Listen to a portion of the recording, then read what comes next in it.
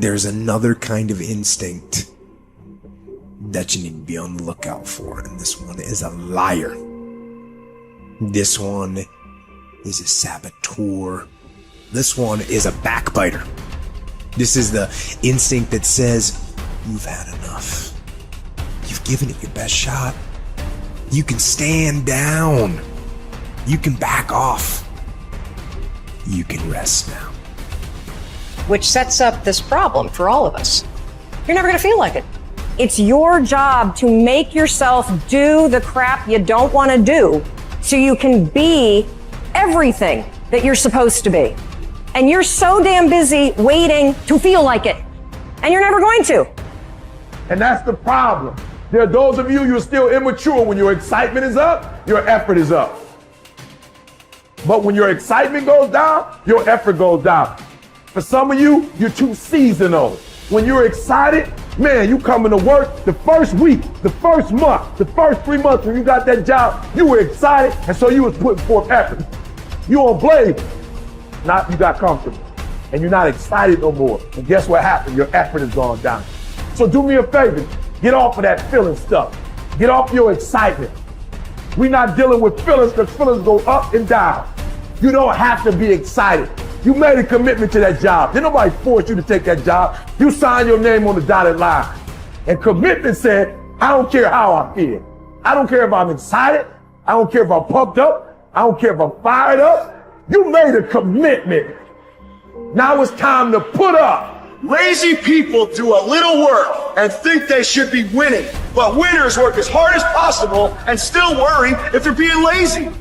So if you're a winner, you ain't comfortable. Every day I get up and give everything I got to everything I'm a part of simply because this is who I am. Like the only thing I need every day of my life is 86,400 seconds. That's it. Like I don't need some reward. Like the only thing I need is breath in my body and I'm flat out going, get it. A person with passion always stands out. The world is so full of average that once you have passion and a sense of energy in your life, it distinguishes you. When you're passionate about something, it isn't reasonable, but you do it anyway.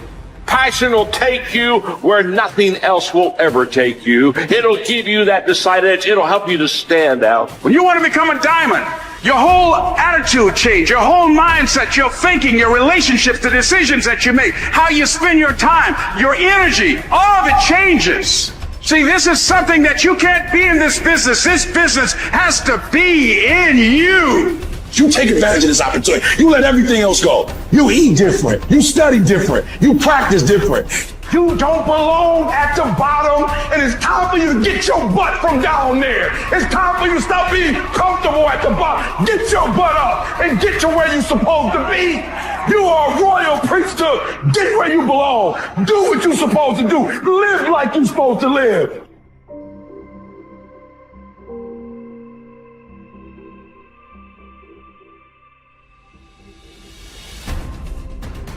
Get better every day. Socrates didn't know much. There wasn't much he held for certain. But he was sure, he said, that we cannot remain as we are. It doesn't matter who you are. It doesn't matter what you've done. Nobody is as good as they could be. Nobody is perfect. Everybody can improve.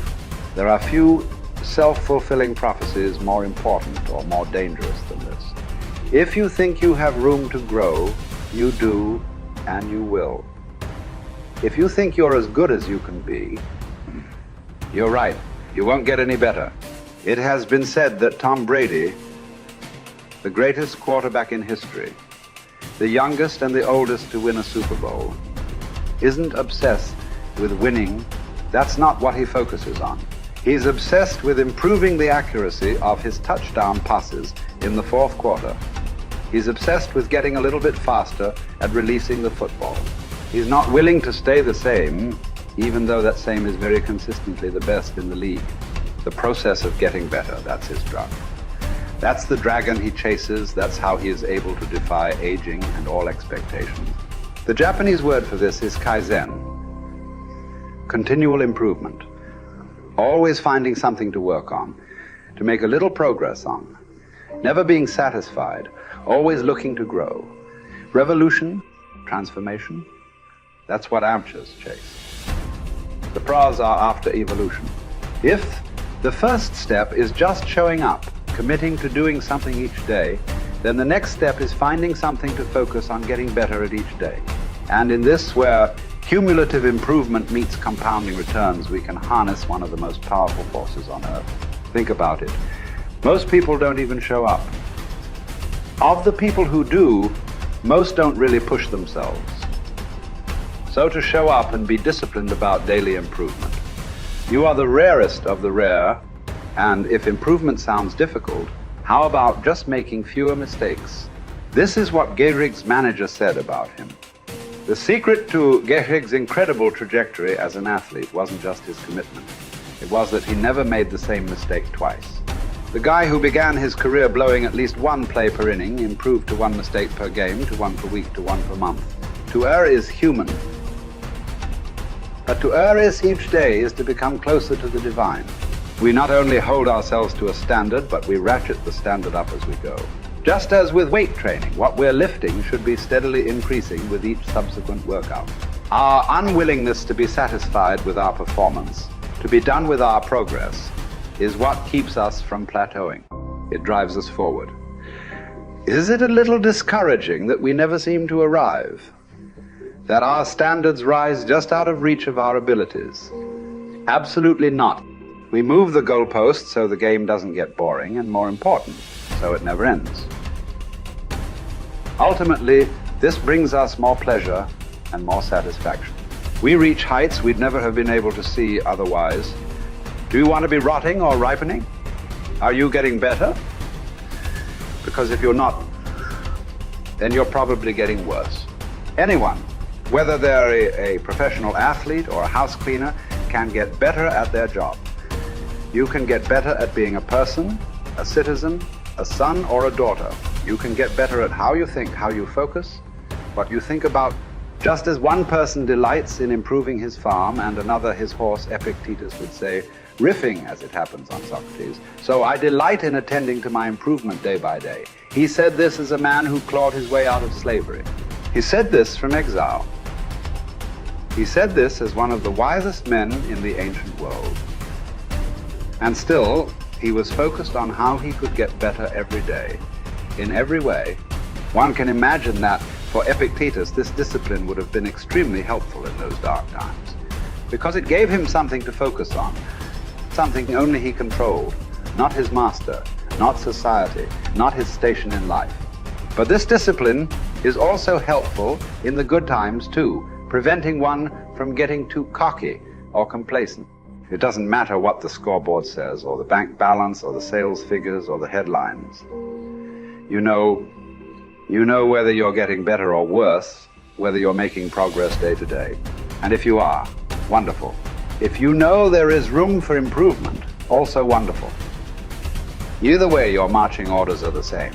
Come what may, success or failure, fame or misfortune. A focus on progress lets us look ourselves in the mirror with pride and ignore all the commotion in the background. It's the journey of a lifetime. In fact, that's the way to think about all of this. How much progress could you make if you made just a little each day over the course of an entire life? What might this journey look like? Where might it lead if each bit of progress you made presented both the opportunity and the obligation to make a little more progress, and you seized those opportunities, you lived up to those obligations each and every time? Will you choose to take this journey? Will you continue on, even when you've reached further than you ever thought you could go? Or will you stop there? Are you going to keep practicing? Or have you decided that this is good enough? That you're good enough? Will you remain as you are? Or become what you're capable of? Because once you stop getting better, there's only one direction to go. Do the best you can. The Emperor says in Marguerite Yourcenar's beautiful novel Memoirs of Hadrian, do it over again. Then still improve, even if ever so slightly, those retouches. It's a beautiful irony. You're never content with your progress, and yet you're always content. Because you're making progress. What does it mean to live an infinite life? Clearly, our lives are finite. We're born, we die, we come, we go. But life is infinite. The game of life will continue with us or without us. Which means every single one of us has a choice. We don't get to choose the nature of the game. Life is infinite. We don't even get to choose if we want to play in the game or not. Once you're born, you're in it. We get one choice. Do you want to play with a finite mindset, or do you want to play with an infinite mindset? To play with a finite mindset means waking up every day and say, I'm going to be the best, I'm going to be better than everybody else. I'm going to accumulate more power, more responsibility, more money, whatever it is, whatever your metric is, I'm going to get more than anybody else. Me. And when you die, you take none of it with you. Or we can choose to live our lives with an infinite mindset, which means I'm going to leave this world, this school, in better shape than I found it. It means I'm going to devote my life to see that those around me rise. And we know that we're living with an infinite mindset because our obsession is seeing that we have an impact on the lives of the people around us.